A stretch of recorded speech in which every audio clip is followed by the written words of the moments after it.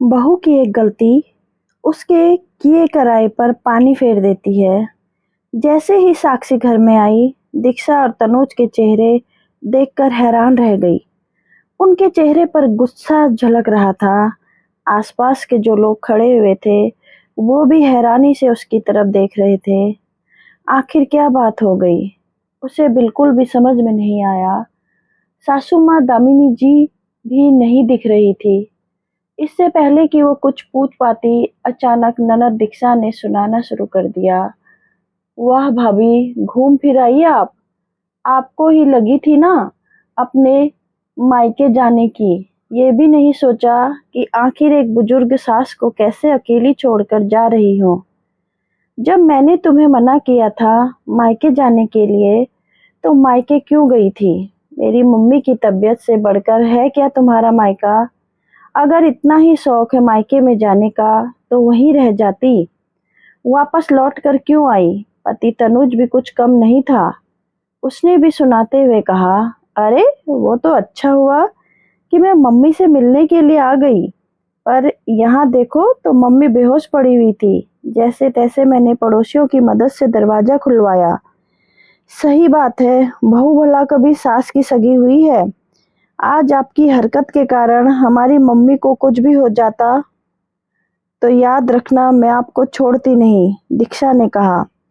अचानक सासू माँ की हालत का सुनकर साक्षी उनके कमरे की तरफ दौड़ी चली आई। क्या हुआ मम्मी जी को? जब मैं यहाँ से गई थी तब तो बिल्कुल ठीक थी। लो अब ऐसे दिखा रही है जैसे बड़ी चिंता है हमारी मम्मी की।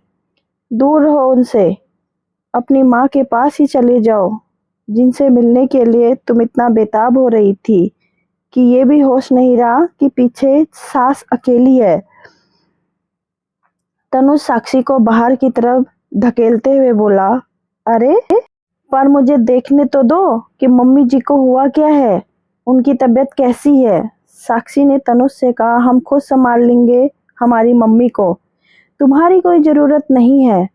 अगर इतना ही ख्याल रहता तो पहले ही नहीं जाती, तनुज गुस्से से बोला। आखिर दिखा ही दिया ना अपना किरिया चरित्र। बड़ा अच्छा बनने का ढोंग करती थी। ऐसी सेवा करी अपनी सास की कि बिल्कुल बिस्तर पर ही पहुंचा दिया। दीक्षा बीच में ही बोली। तभी पड़ोस में रहने वाली शर्मा आंटी, जो कि दामिनी जी की अच्छी दोस्त है, ने कहा, बेटा क्या कह रहे हो? कम से कम उसे धकेलो तो मत, और मम्मी से मिलने तो दो। क्या मिलने दो आंटी? आपने देखा कि मम्मी की क्या हालत हो गई है? पैरों में प्लास्टर चढ़ गया है और अभी भी बेहोश हैं। सब इसकी वजह से। अरे मायके में इतना ही मोह था तो शादी ही क्यों की थी? रह जाती अपने माता पिता के पास ही, तनुज ने शर्मा आंटी को सुनाते हुए कहा। आखिर तनुज की बात सुनकर शर्मा आंटी भी चुप हो गई। लेकिन जब आस पड़ोस के लोगों ने कहा कि थोड़ी देर शांति रखो, तो तनुज और दीक्षा उन लोगों पर भी बिगड़ गए। आखिर सभी अपने अपने आप ही चुप हो गए। लेकिन अभी तक ये तमाशा देख रहे दोनों बच्चे, 7 साल का शुभम और 5 साल की मान्या, रो पड़े। उन्हें रोता देखकर साक्षी उन दोनों को अपने साथ लेकर अपने कमरे में जाने लगी।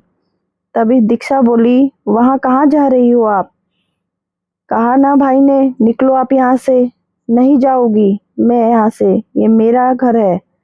इस घर से मुझे तुम तो क्या, तुम्हारा भाई भी नहीं निकाल सकता। अपनी जिंदगी के 10 साल दिए मैंने इस घर में, और ये तो तुम दोनों भी अच्छे से जानते हो, कभी किसी चीज की कमी नहीं रखी है मैंने। तुम दोनों से ज्यादा मम्मी जी की सेवा मैंने ही की है। लेकिन एक गलती क्या हुई, मेरे इतने सालों के किए किराए पर पानी फिर गया, और वो गलती जो मेरी है ही नहीं। मम्मी जी को होश आने दो, उसके बाद ही बात करना मुझसे। साक्षी एकदम दृढ़ होती हुई बोली। ये देखकर दीक्षा चुप हो गई, जबकि तनुज वहीं सोफे पर सिर पकड़कर बैठ गया। एक एक करके पड़ोसी धीरे धीरे वहां से निकल गए। साक्षी की तनुज से शादी को 10 साल हो चुके थे, और इन 10 सालों में उसने कभी भी अपनी तरफ से कोई कमी नहीं छोड़ी थी। ननद दीक्षा की शादी उसकी शादी के 1 साल बाद ही हो गई थी।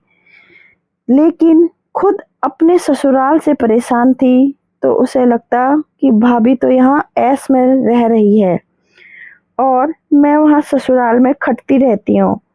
पर सास दामिनी जी साक्षी को बहुत मानती थी क्योंकि कभी भी साक्षी ने अपनी जिम्मेदारी से मुंह नहीं मोड़ा। अभी कुछ ही दिनों में साक्षी की मम्मी की तबीयत खराब चल रही थी, इसलिए वो बार बार बेटी को आकर मिलने के लिए कह रही थी। लेकिन पीछे दामिनी जी घर पर अकेली रह जाएगी ये सोचकर तनुज उसे जाने नहीं दे रहा था। बस हर बार यही बहाना बना देता कि जिस दिन वो घर पर हो तब चली जाना। हालांकि दामिनी जी बिल्कुल स्वस्थ थी। आज सुबह जब दोबारा साक्षी जी की मम्मी का फोन आया तो साक्षी ने तनुज से जाने के लिए पूछा, लेकिन तनुज ने साफ मना कर दिया। तब दामिनी जी ने कहा, मैं कोई बीमार नहीं हूँ जो अपना ध्यान नहीं रह सकती। 2-3 घंटे में अपनी मम्मी से मिलकर आ जाओगी तो कुछ नहीं बिगड़ जाएगा। जाने दो उसे, बेवजह मेरे नाम पर उसे रोकने की जरूरत नहीं है। दामिनी जी ने डांटने पर तनुज ने कुछ नहीं बोला, लेकिन उसने हाँ भी नहीं की। खैर, तनुज के जाने के बाद साक्षी भी तैयार होकर दोनों बच्चों को साथ लेकर रवाना हो गई। दामिनी जी किसी काम से ऊपर छत पर गई हुई थी, तभी दीक्षा आ गई और उसने बेल बजाना शुरू कर दिया। दामिनी ने ऊपर छत पर से देखा, आवाज लगाकर पूछा भी, लेकिन दीक्षा तो बेल बजाने में बिजी थी। दामिनी जी बेल की आवाज सुनकर नीचे आने लगी, लेकिन दीक्षा तो शायद अपनी उंगली स्विच पर लगाकर हटाना ही भूल गई।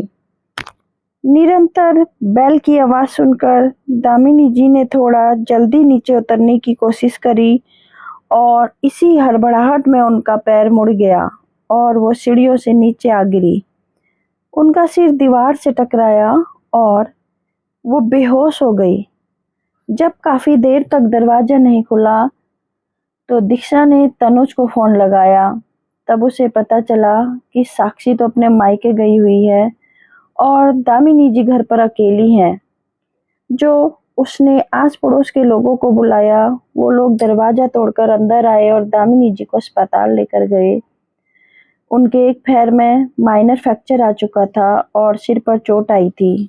बीपी लो होने के कारण वे अभी भी बेहोश थी। खैर, थोड़ी देर बाद दीक्षा की आवाज आई, भैया मम्मी को होश आ गया है। ये सुनकर तनुज के साथ साथ साक्षी भी उस कमरे में दौड़ी चली आई। साक्षी को देखते ही दामिनी जी बोली, अरे बहू तू आ गई। इससे पहले साक्षी कुछ कहती, दीक्षा ने भी कहा, मम्मी तुम्हें अभी भी बहू ही दिख रही है जिसके कारण ये सब हुआ, और तुम्हारी सेवा करने वाले बेटे बेटी नजर नहीं आ रहे हैं। उसकी बात सुनकर और साक्षी का चेहरा देखकर दामिनी जी को समझ में आ गया कि उसकी इस चोट के कारण साक्षी को बहुत कुछ सुनना पड़ा होगा। उन्होंने साक्षी की तरफ देखकर कहा, बहू मेरे पास ही बैठ जा ताकि मुझे थोड़ी तसल्ली तो आ जाए। मम्मी हम लोग बैठे हैं ना, इसे बैठाने की क्या जरूरत है। तनुज ने गुस्से से साक्षी को घूरते हुए कहा, मम्मी आपको कुछ खाकर अभी दवाई लेनी है, भाभी आपके पास बैठ जाएगी तो आपके लिए हल्का फुल्का जो भी खाना बनाना है वो कौन बनाएगा। दीक्षा भी बीच में ही बोली, क्यों, अभी तो तू मेरी सेवा करने की बात कर रही थी, तुझे नहीं पता कि खाना कैसे बनाना है। दामिनी जी ने कहा तो दीक्षा झेप गई, पर भाभी की रसोई तो भाभी ही जानती है ना, मुझे क्या पता कि कौन सा सामान कहाँ रखा है। तो एक काम कर, तनुज को ले जाओ, वो बता देगा, और फिर जिस तरह का मैं खाना खाती हूँ उसी तरह का बनाना। मम्मी मुझे क्या पता, अचानक तनुज बोला, जब तुझे ये नहीं पता कि तेरे ही घर में कौन सा सामान कहाँ रखा हुआ है, तेरी मम्मी किस तरह का खाना खाती है, तो तुम लोग बहू पर किस मुंह से इल्जाम लगा रहे हो। जब तुम सगे बेटे बेटी होकर मेरी सेवा नहीं कर सकते। और एक बात बताओ, पिछले 10 सालों में इसने क्या कमी किस चीज की रखी है जो एक चीज पर तुम लोगों ने इतना सुनाना शुरू कर दिया। और गलती तो उस इंसान की थी जो दरवाजे पर आकर बेल की स्विच पर उंगली रखकर भूल गया, जिस कारण दरवाजा खोलने की हड़बड़ाहट में मैं सीढ़ियों से गिर पड़ी।